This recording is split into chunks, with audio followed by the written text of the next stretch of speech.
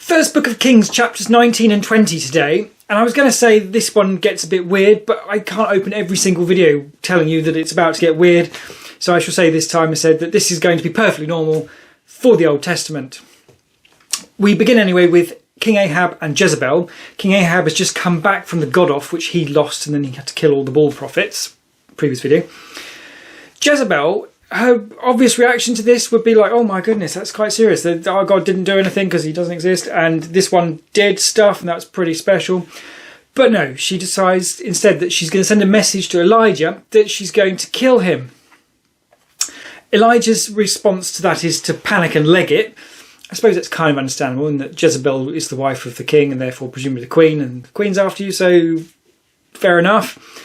But anyway, Elijah takes off into the wilderness to hide, and pretty soon is praying to God that he may die because he's having such a hard time of it. He sounds like he's a bit of a wuss, but to be fair, it's not clear how long he's been on the run, so yeah, maybe give him the benefit of the doubt. He falls asleep anyway, and then wakes up to find an angel there who's brought him food and water. It seems that sorting this out makes him okay, so perhaps he was just a bit hangry. I think that seems to be all it was. He carries on with his journey anyway, and he goes to the mountain of God, it says, which he calls Horeb. I'm getting confused about Horeb and Sinai.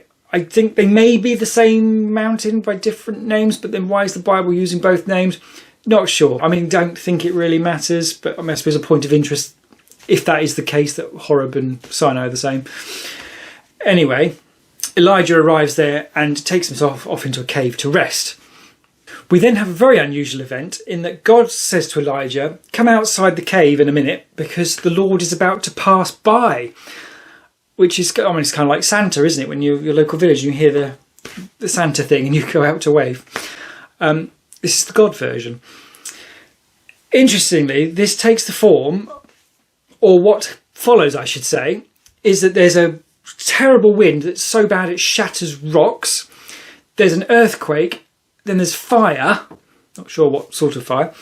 And then there's a whisper. It's a bit confusing. On the whisper part, Elijah emerges from the cave and God tells him, no, not clear on this form, or is that a dude turns up and talks to him? I don't think so. And tells him anyway that he needs to appoint 2 kings and his own successor. This gets a bit more confusing because he's talking about appointing a king of Israel, but Israel's split, and he's got to appoint a king of Aram. Not clear if Aram has anything to do with Israel. Bit confusing. At this point, at least, I am figuring out that where I'm confused, it's more a case of just don't worry about it, keep going, and a lot of it does then drop in later on. So I might have to read this whole thing again, mightn't I? The current king of Aram, anyway, is a chap called Ben-Hadad, and he decides he's going to attack Samaria, where King Ahab is being then threatened, and initially he just seems to just roll over and say, yeah, take what you want, all the rest of it. But he's then persuaded that, I know, actually maybe tell Ben-Hadad he can sod off. A prophet, I'm not sure which one, then comes to King Ahab and says to him that go and do the fight and you will win. So all well and good, but it does seem to take several months.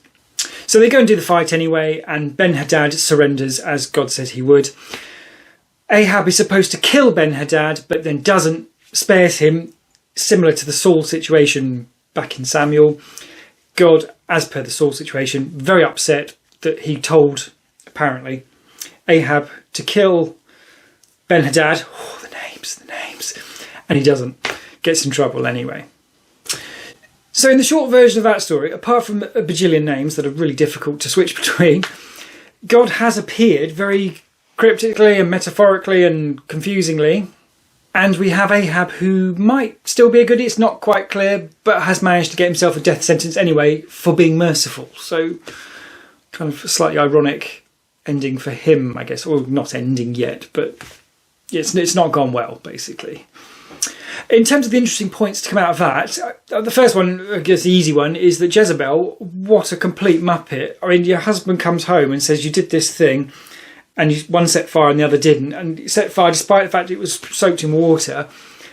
I mean, how much more proof, evidence do you need that what you were doing wasn't right and you should be doing this?